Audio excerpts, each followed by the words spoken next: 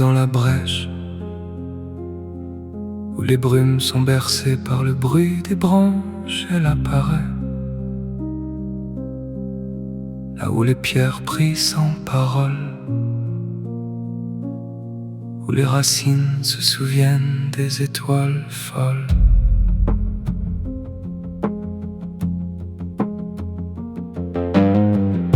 Un papillon ne suit pas son ombre, il apprend d'elle la patience des métamorphoses à l'intérieur des décombres.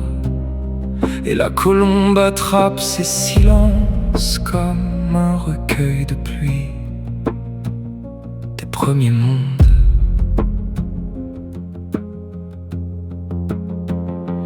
Dites-moi,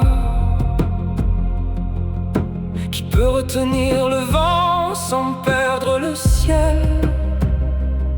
Qui peut ouvrir une fleur sans que le printemps l'interpelle? Elle est le nom que les feuilles refusent de traduire. Elle soulève les cendres sur ce que la colère voulait détruire. Et d'un battement d'ailes, elle fait rougir le cœur des montagnes. Elle fait chanter les hautes herbes de la campagne. Et tout ce qui respire se souvient d'elle.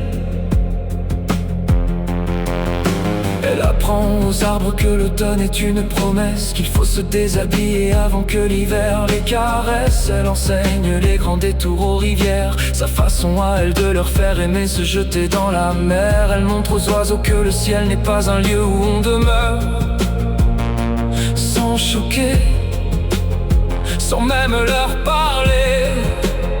Ils la comprennent et les tempêtes ne leur font plus peur.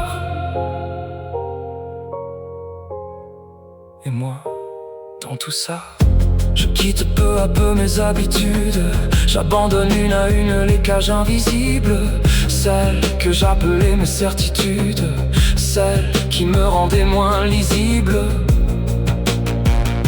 pour observer ce magnifique prélude.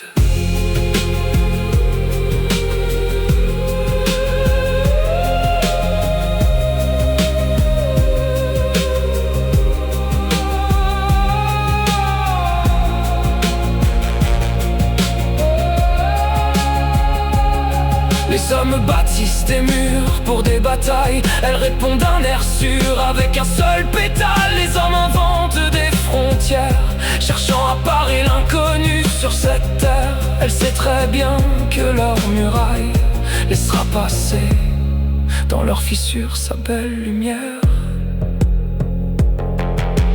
Je ne souhaite pas vous donner son nom.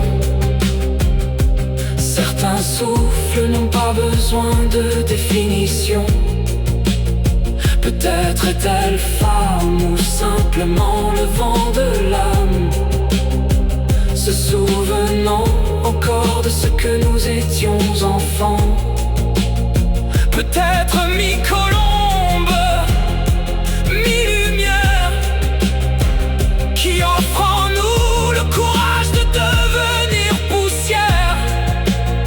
Alors dites-moi, si les fleurs ne possèdent jamais les papillons, si le ciel permet aux oiseaux de quitter le béton, si le vent revient toujours sans demander pardon,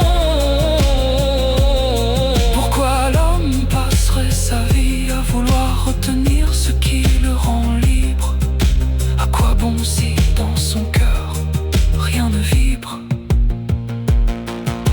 Peut-être que la liberté n'est pas d'avoir des ailes, mais juste d'être pour quelqu'un, ce quelqu'un au vent sans appel, qui lui donne enfin l'envie de les déployer, ainsi voguer avec elle et partager leurs pensées, leur liberté, une autre façon d'aimer,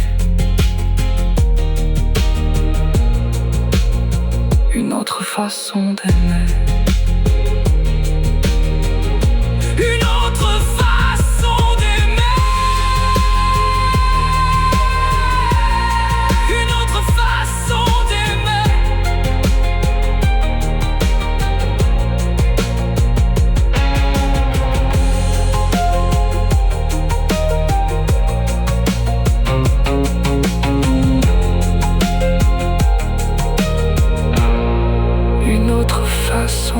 tes mains.